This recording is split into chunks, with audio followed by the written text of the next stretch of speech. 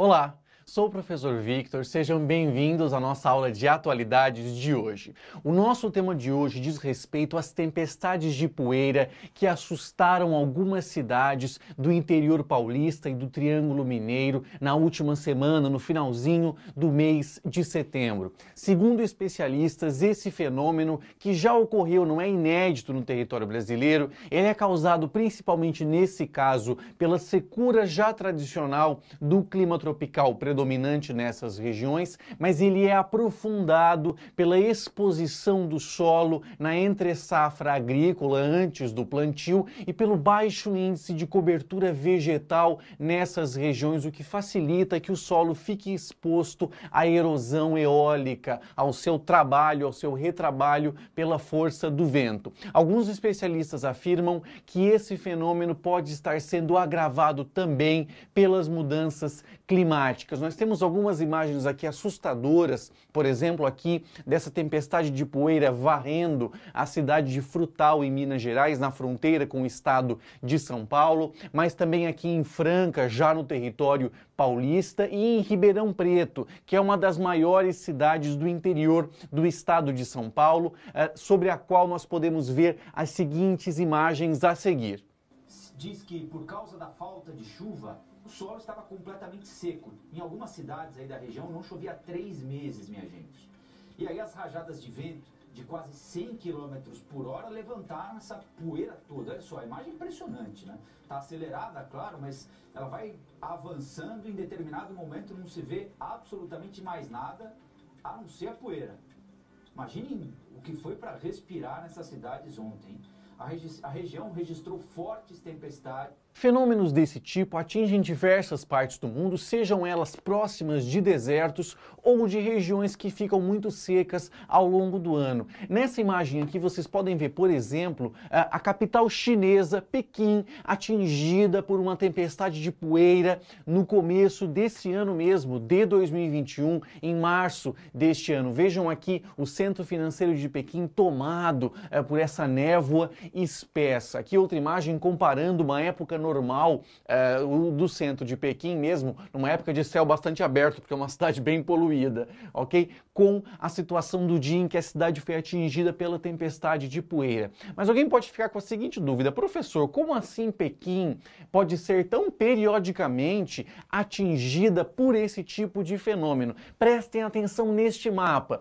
Pequim se localiza mais ou menos nessa parte aqui do território chinês, que não é distante de alguns desertos que se localizam também no espaço geográfico da China, como o deserto de Gobi, que também se estende em direção à Mongólia, um país vizinho, ou o deserto de Taklamakan, que se localiza na província chinesa de Xinjiang, aquela que é habitada pelos uigures. Então, dado o fato de que Pequim não fica tão distante do deserto de Gobi e também na região do Planalto de Leste, da Terra Amarela, que eles chamam, né, ela é facilmente atingida por tempestades de poeira e de areia que são empurradas na sua direção por ondas de instabilidade climática, de instabilidade atmosférica, ok? Nesse caso aqui, as imagens de satélite em geral conseguem captar essa relação entre a instabilidade climática, ondas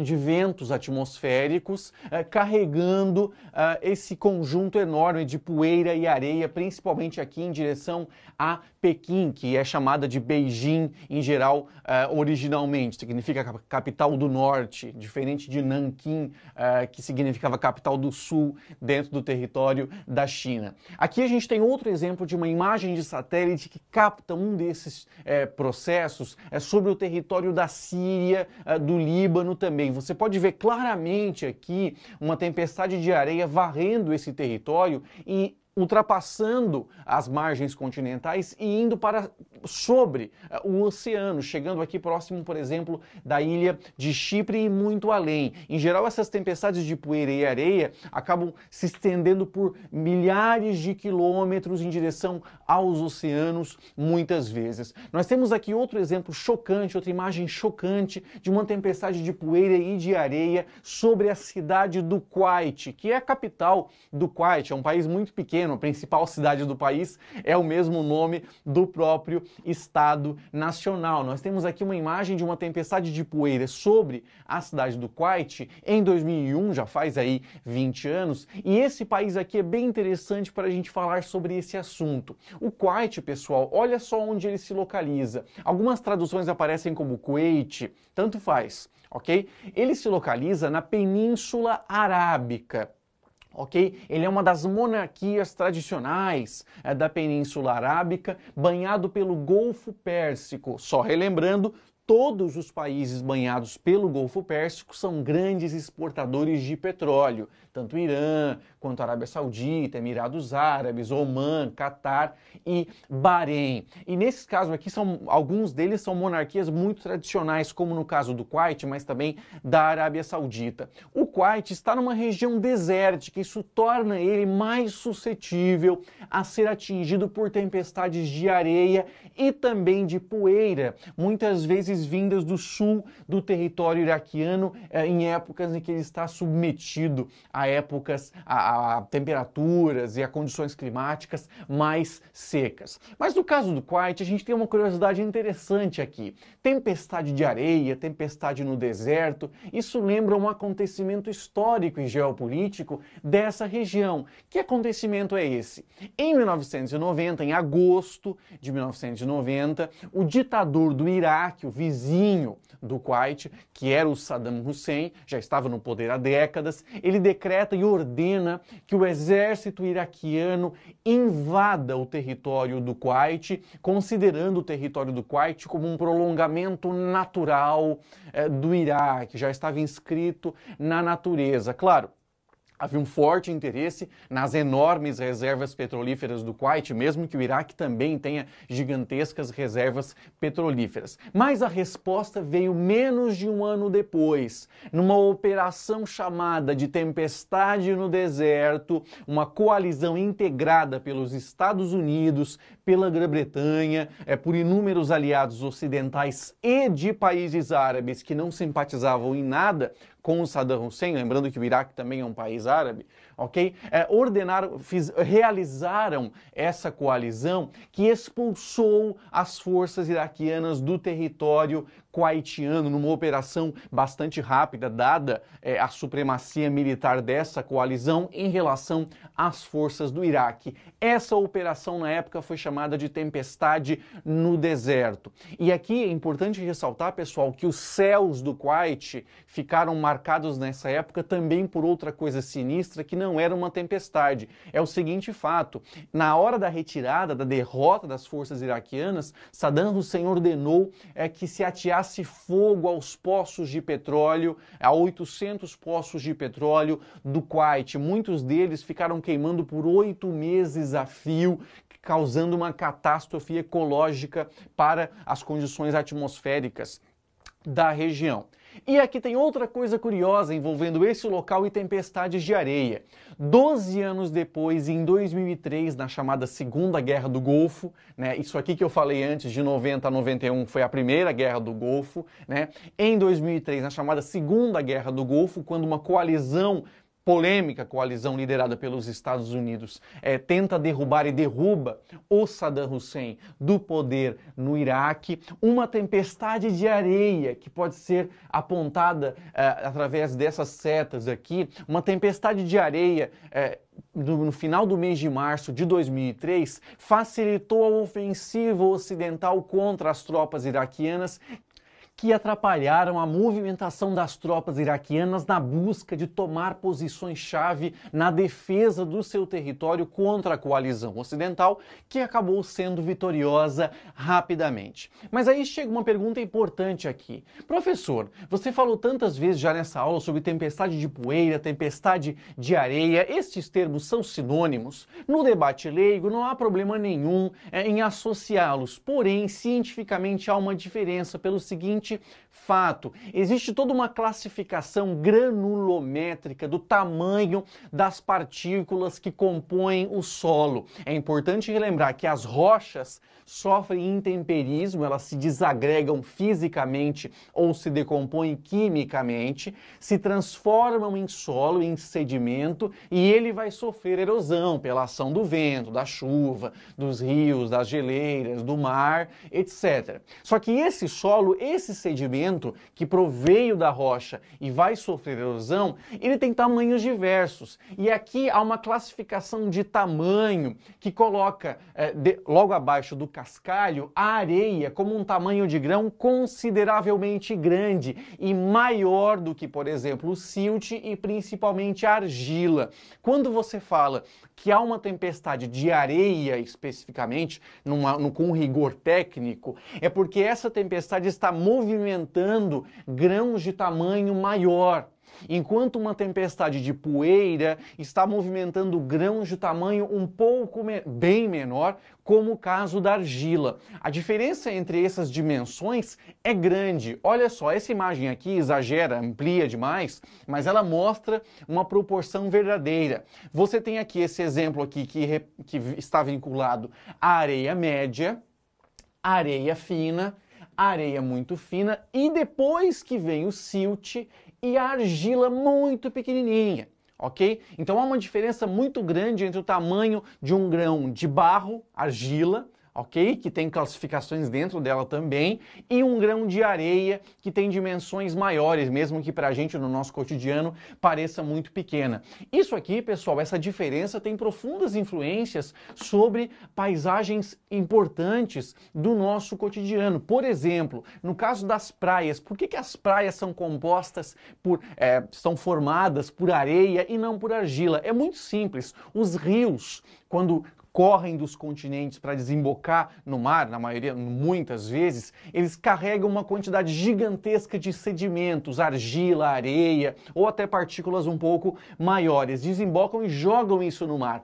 A argila, como é muito mais leve, ela vai em direção ao alto mar e depois vai decantando lentamente. Já a areia, que é maior, mais pesada, ela fica próxima do litoral e é empurrada pelo mar em direção às praias. Por isso que as praias são compostas por areia, que, uma vez nas praias, é trabalhada pela ação do vento, formando as dunas. Então, todas as vezes que vocês verem numa questão de vestibular ação eólica ou erosão eólica, em geral se está associado à principal feição de relevo vinculada a esse processo, que são as dunas, essas montanhas em movimento pela ação dos ventos, que tem vários tipos, dunas parabólicas, transversais, longitudinais, barcanas, de acordo com o seu formato, do tipo de vento que as acomete em geral. Ok, pessoal? Então aqui é um conhecimento interessante. Mas chegando agora no caso da nossa tempestade de poeira recente que assustou tantas cidades. Ela afetou principalmente o interior do estado de São Paulo, principalmente na sua área mais ao norte e noroeste, ok? E também parte do Triângulo Mineiro. São regiões que, sendo parte do centro-sul brasileiro, possuem cidades médias de tamanho considerável. Ribeirão Preto é uma das maiores cidades do estado de São Paulo. Aqui você tem no Triângulo Mineiro Uberlândia e Uberaba, que são cidades importantes, ok? Então são cidades que têm um destaque tanto industrial em alguns setores, mas também um destaque para uma agropecuária muito modernizada nessas regiões aqui atingidas por esse fenômeno recente. Uma das causas tem a ver com o clima. Como vocês podem ver pelas cores desse mapa, nós temos no Brasil, no centro do território brasileiro, uma predominância dos climas tropical úmido, tropical semiúmido e tropical semiárido, ou seja, tropical, seja o tropical semiárido aqui de parte do Nordeste, o tropical semiúmido, bem vinculado ao cerrado, ou tropical úmido aqui, que pega a parte considerável do estado de São Paulo. O clima tropical tem como característica sempre um verão chuvoso e um inverno mais seco. É claro que existem variações, como fica evidente no território brasileiro, mas no geral há um verão chuvoso e um inverno seco nesse tipo de clima. Então isso favorece com que nessa época do ano em que nós estamos saindo do inverno e entrando, saímos do inverno no sentido astronômico, mas estamos saindo dele no sentido climático, entrando na primavera, faz com que essa época ainda seja muito seca em regiões de clima tropical. Nesse caso aqui, pessoal, é importante lembrar o seguinte: no mundo inteiro, não importa se você está no Brasil, se você está no Quênia, se você está na Índia ou no Sudeste Asiático, tropical é verão chuvoso e inverno seco, sempre. É o contrário do clima mediterrâneo, que é um inverno chuvoso e um verão seco, como ao redor do mar Mediterrâneo, como parte da Califórnia, parte do Chile, parte da África do Sul e parte do território da Austrália. Então, um verão chuvoso, inverno seco, clima tropical, ok? E aqui eu quero advertir uma coisa: tempestades de areia são muito comuns na beira de desertos. E eu quero usar esse mapa, aproveitar ele para uma coisa, pessoal. Vocês podem ver aqui nessa cor que eu acho que é amarelo. Vocês sabem que eu sou daltônico, eu sempre tenho que repetir para quem ainda não sabe, mas eu acho que é amarelo. Vocês podem ver em amarelo aqui, eu vou dizer que é amarelo. Os desertos do mundo, eles estão sempre numa latitude muito próxima, que é a dos 30 graus.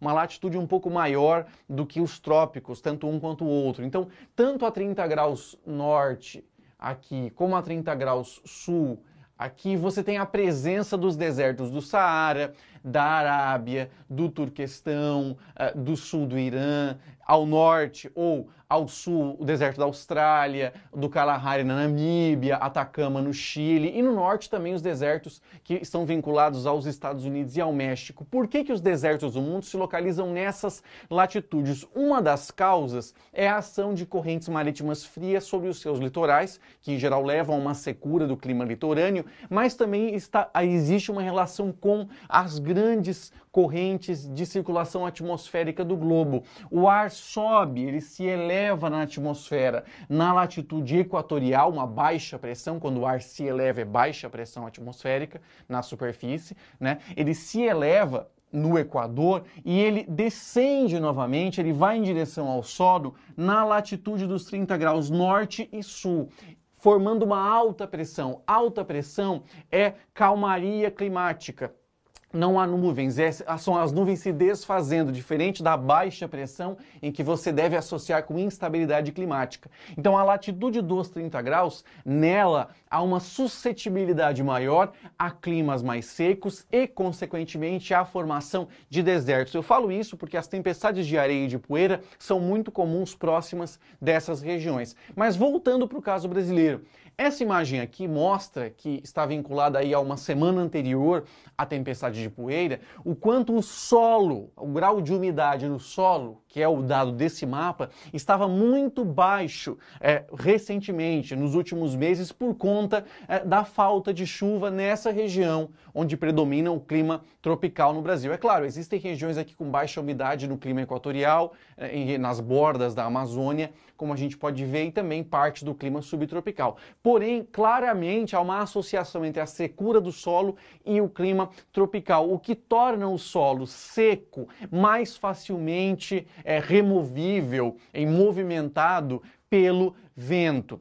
Esse tipo de fenômeno já ocorre há um certo tempo. Essa imagem aqui, por exemplo, tem 10 anos, é de Uberaba, em Minas Gerais, no Triângulo Mineiro, há 10 anos atrás, atingida já por uma tempestade de poeira. Claro, nada tão assustador como o que ocorreu recentemente. Outro fator que também ajuda a explicar isso, esse susto que aconteceu, diz respeito à falta, ausência ou ao pequeno nível de cobertura vegetal no solo, por exemplo, dessa região do interior paulista, já muito desmatado para ser utilizado na agricultura e na pecuária. O fato de não haver tanta cobertura vegetal segurando o solo, tornando-o mais coeso, faz com que, em épocas como a atual de muita secura, aquele solo que também não está com nenhuma plantação sobre ele, fique mais facilmente movimentável pela ação do vento. Então esse fator também é importante. Algumas pessoas relataram, isso foi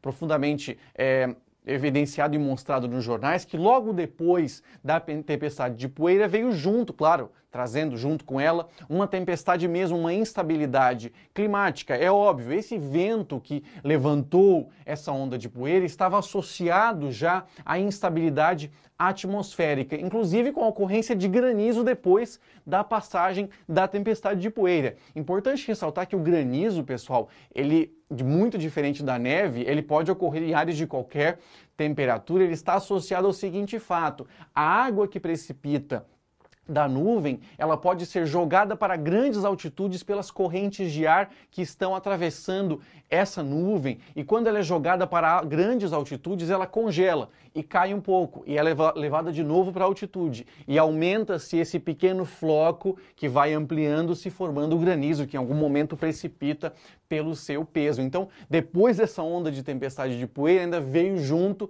uma instabilidade climática forte, com trovoadas e tempestades desse tipo, inclusive com a presença de granizo. Mas agora, pessoal, eu quero trazer um exemplo muito interessante da história. Nos Estados Unidos, na década de 30, uma onda de tempestades de poeira e de areia, conhecidas como Dust Bowl, que é como se fosse tigela de pó, de poeira, como se houvesse uma tigela emborcada, atravessando de poeira, passando por cima das regiões. Esse fenômeno assustou nos Estados Unidos na década de 30. Ele ocorreu principalmente nas chamadas grandes planícies, aqui entre o rio Mississippi e a bacia dele nos Estados Unidos, e as grandes cadeias montanhosas das montanhas rochosas. Nessa região das grandes planícies houve a presença dessas tempestades de poeira na década de 30. Os Estados Unidos já estavam sofrendo com a Grande Depressão oriunda da crise de 29, e agricultores dessa região das grandes planícies foram ainda mais acometidos por conta desse desastre ambiental. Em parte, esse palco do chamado Dust Bowl tinha como causa o seguinte fato: era uma região de colonização, parte dela de colonização recente por agricultores mesmo, que removeram o solo, a parte mais, a capa superficial do solo com a agricultura ao longo dos anos, deixaram ele muito exposto, e numa época de seca ele ficou facilmente movimentado pelo vento, causando esse tipo de fenômeno. Na época, o governo americano criou um programa para auxiliar os agricultores a efetuarem táticas agrícolas que não degradassem tanto assim os sedimentos que formam o solo e a sua superfície. Aqui a gente tem umas imagens assustadoras, aqui, por exemplo, de uma cidade no Texas em 1936. E esse acontecimento, pessoal, esse conjunto de tempestades de poeira, teve uma consequência, inclusive, marcante na história americana e na sua caracterização visual. Essa foto aqui é muito provável que vocês já tenham visto em algum livro didático de geografia e de história. Ele é um dos principais símbolos, conhecida como a mãe migrante, é um dos principais símbolos da Grande Depressão. Essa mulher vivia numa região acometida não apenas pela crise econômica, mas também pelo Dust Bowl, esse conjunto de tempestades de poeira. E a sua foto da sua preocupação foi captada pela jornalista e fotógrafa Dorothea Lange nos anos 30 e virou um símbolo dos Estados Unidos acometidos pela Grande Depressão. A questão é a seguinte, pessoal: em 36, quando essa foto foi tirada, os Estados Unidos estavam saindo da Grande Depressão, estavam entrando num ciclo de crescimento econômico. Então, de certa forma, esse é um símbolo tardio de uma crise que durou aí mais ou menos uma meia década. Em 36, os Estados Unidos já estavam sob a influência do New Deal do presidente Franklin Roosevelt e saindo daquela crise onde haviam afundado em 29. Outra consequência cultural e literária importante dessas tempestades de poeira vem através desse livro aqui famoso, As Vinhas da Ira, do escritor americano John Steinbeck, que retrata uma família que, acometida tanto pela crise como pelas tempestades de poeira, resolve deixar a sua propriedade no estado de Oklahoma e migrar para a Califórnia. O livro é justamente sobre essa peripécia, e que foi transformado logo num filme na época, estrelado pelo Henry Fonda, já nos anos 40, logo depois do seu lançamento como livro. Mas para fechar nossa aula, eu quero sair então desse passado americano e falar sobre tempestades de poeira e de areia numa região do mundo bastante acometida pela pobreza, que é o chamado Sahel. Para quem não sabe, pessoal, Sahel é uma palavra que vem do árabe que significa costa ou fronteira. Mas como assim, professor? Se o Sahel está atravessando o continente africano, como assim ele significa costa? Pelo seguinte fato, ele é a borda do deserto do Saara, ok, pessoal? É como se o Saara fosse um mar de areia e a sua costa, um pouco menos seca, fosse o chamado Sahel, ou como se ele fosse a fronteira do deserto do Saara. Só uma curiosidade, a palavra Saara também vem do árabe e significa deserto, ou seja, quando você fala deserto do Saara, você está falando deserto duas vezes, deserto ao quadrado. Essa região do Sahel, pessoal, hoje é profundamente impactada pela desertificação, ou seja, pela expansão do deserto do Saara, não só por secas muito fortes, mas também pelas técnicas agrícolas tradicionais e predatórias usadas pela população em meio a um cenário de subdesenvolvimento e de pobreza. A gente tem uma imagem aqui do quanto isso facilita tempestades de areia, de uma imagem de 2020, de uma tempestade de areia sobre Niamey, capital do Níger, que é um dos países do Sahel, como a gente pode ver por essa imagem. Níger, Burkina Faso, Mali, Chad, inclusive o Sudão, a Mauritânia e o Senegal. São países extremamente pobres que desde a independência são governados por regimes muitas vezes autoritários, capturados por interesses privados e de etnias específicas, pontuados por golpes militares, que acabam não investindo em serviços públicos de qualidade ou programas de assistência aos agricultores, facilitando ainda mais a exposição do solo a esse tipo de fenômenos, seja as tempestades de areia, momentâneas e específicas, ou a desertificação, ok? Um dos símbolos da tragédia socioambiental pela qual passa essa região envolve o chamado Lago Chad. Ele fica aqui entre o Chad, o Níger, a Nigéria e Camarões. Vejam a extensão do Lago Chad lá na década de 60 e o quanto ele foi recuando em relação às suas águas nos últimos anos, seja pelas condições ambientais ou pela falta de projetos e dinheiro dos governos da região para enfrentar essa crise ambiental.